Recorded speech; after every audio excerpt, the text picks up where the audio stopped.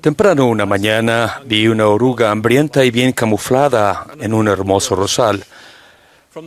Al ver algunos de los brotes sin hojas, era obvio, incluso para el observador casual, que la oruga se abría camino carcomiendo las tiernas hojas con sus mandíbulas amenazantes. Alegóricamente, no pude evitar pensar que hay personas que son como esa oruga. Se encuentran por todo el mundo y algunos se disfrazan con tanta habilidad que quizás les demos cabida en nuestras vidas y antes de que nos demos cuenta han carcomido nuestras raíces espirituales y la de nuestros familiares y amigos. Vivimos en una época en la que abunda la desinformación sobre nuestras creencias.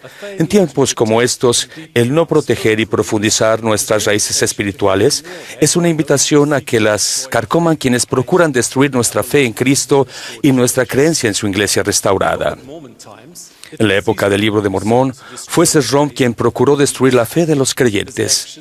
Sus acciones y palabras eran una trampa del adversario, la cual tendió para entrapar al pueblo a fin de sujetarlos a él, para ligarlos con sus cadenas. Esas mismas trampas existen hoy y a menos que estemos espiritualmente alerta y establezcamos un fundamento seguro sobre nuestro Redentor, quizás nos encontremos sujetos con las cadenas de Satanás y se nos conduzca cuidadosamente por los senderos prohibidos de los que se habla en el Libro de Mormón. El apóstol Pablo hizo sonar una advertencia en sus días que es aplicable en nuestra época. Porque yo sé que de entre vosotros mismos se levantarán hombres que hablen cosas perversas para arrasar a los discípulos tras sí.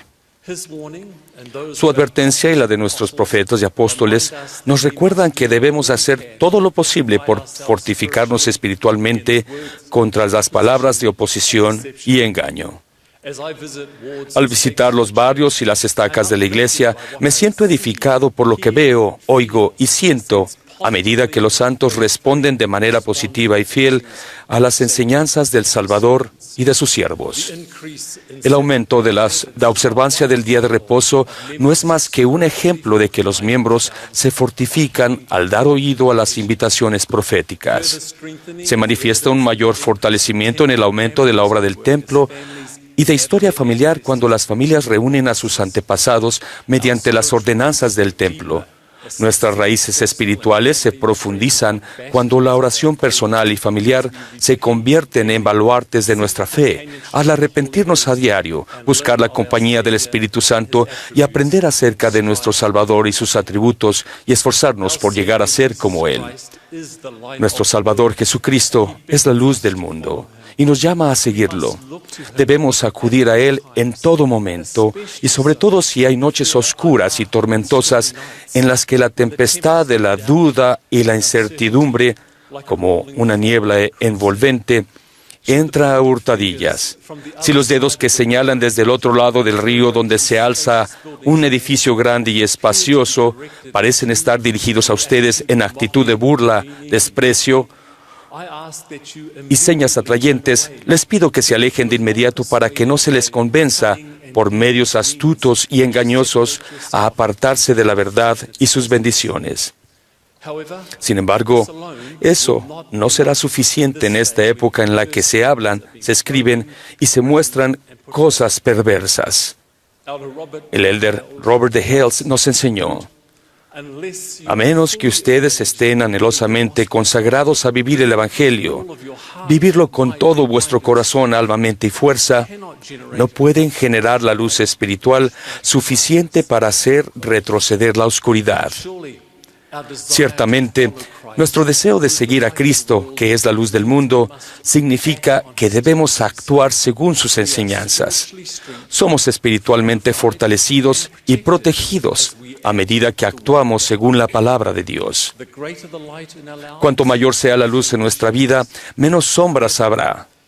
Sin embargo, incluso en la abundancia de luz, estamos expuestos a personas y comentarios que tergiversan nuestras creencias y ponen a prueba nuestra fe.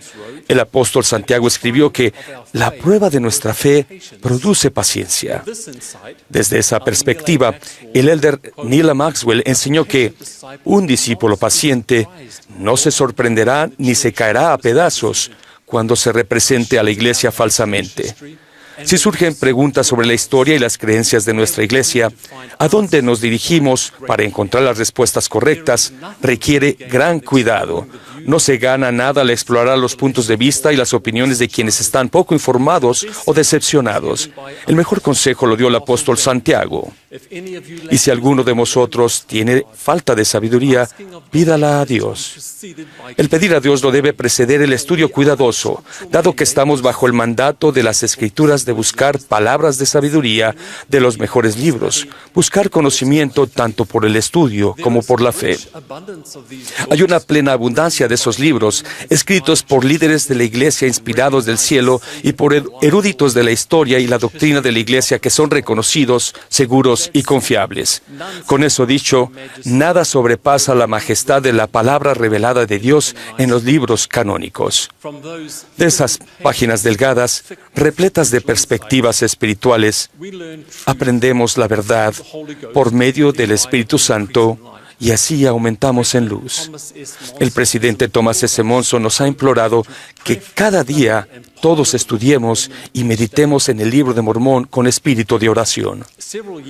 Hace varios años, cuando servía como presidente de la misión Fiji-Suba, algunos misioneros tuvieron una experiencia que les reafirmó el poder de conversión del Libro de Mormón. Un día caluroso y húmedo, dos élderes llegaron a una casa de un pequeño poblado de la Basa. El llamado a la puerta lo contestó un hombre que escuchó cuando los misioneros testificaron de la veracidad del Libro de Mormón. Le entregaron un ejemplar y lo invitaron a leer y orar para siempre, y para saber, al igual que ellos, qué es la palabra de Dios. Su respuesta fue breve: mañana vuelvo a la pesca. Lo leeré mientras esté en el mar y cuando vuelva pueden visitarme de nuevo. Mientras estuvo ausente, se efectuaron traslados y unas semanas más tarde, un nuevo par de élderes regresó a visitar al pescador. Para entonces, él había leído todo el Libro de Mormón, había recibido la confirmación de su veracidad y estaba ansioso por aprender más.